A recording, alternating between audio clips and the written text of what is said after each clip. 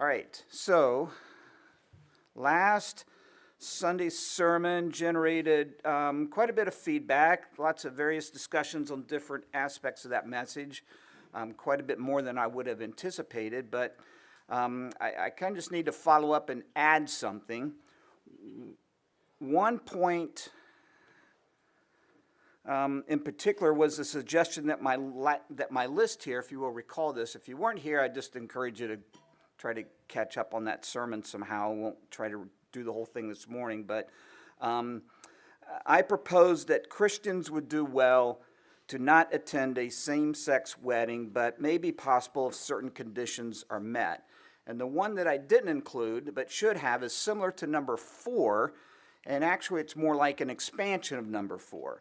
It's not enough to just tell the party getting married that your attendance is not to be interpreted as an endorsement, but everyone needs to know that.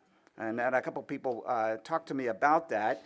Everybody who is present at the wedding, those who know that you're planning to attend, and those who afterwards have learned that you attended, and so on and so on and so on. And so as to eliminate any confusion about what the Christian faith teaches. So most people know that churches have taken different positions on homosexuality and same-sex marriages, and so it isn't always clear to non-Christians and even to new Christians what the Orthodox position is supposed to be, or if there is even one. And so if you are known as someone who takes his faith seriously, serve as an example of what a Christian is to believe, well, your attendance at a same-sex wedding, even if you don't offer any visible signs of celebration, could still be interpreted as approval on some level. It's just hard to get around that, which would lead others to conclude that such unions are perfectly in line with what the Christian faith teaches. And, that's bad enough, but it's also possible that someone, like a new Christian who's still kind of learning their way around, may feel the liberty to participate in that sin based at least in part on what they have observed from you. So I'm not sure if that would ever be the case, but I think we would all agree that one's attendance would certainly generate some unwelcomed confusion. So the only way to avoid that confusion is to not attend, or to somehow let everyone know that you don't approve, and this because God doesn't approve it. And the only reason that you are there is to avoid jeopardizing the relationship with your grandson, for instance, or something like that.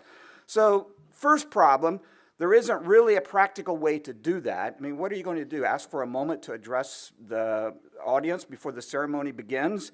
Are you going to go on Facebook and outline your position? You're going to submit an opinion piece to the local paper to print? The second problem is, as we can all see, whatever you do in this regard will only do more damage to that relationship than if you had just stayed home, far more. So for all practical purposes, the 8 points I already had would be enough, as you see, to keep a Christian from attending. I mean, how could all those really be met?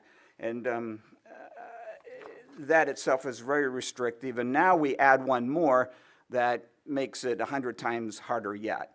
So the bottom line really is this: it is difficult to envision any scenario where a Christian's attendance at a same-sex wedding would not be interpreted as an approval of sexual immorality on some level, either by observers or even by heaven itself. And this is why we have those passages in the New Testament that exhort us to avoid every kind of evil, because of situations like this. And even if we aren't sharing in that evil, our just being present can send a message that we don't want to sin. Okay? So, clear? All right. Thank you.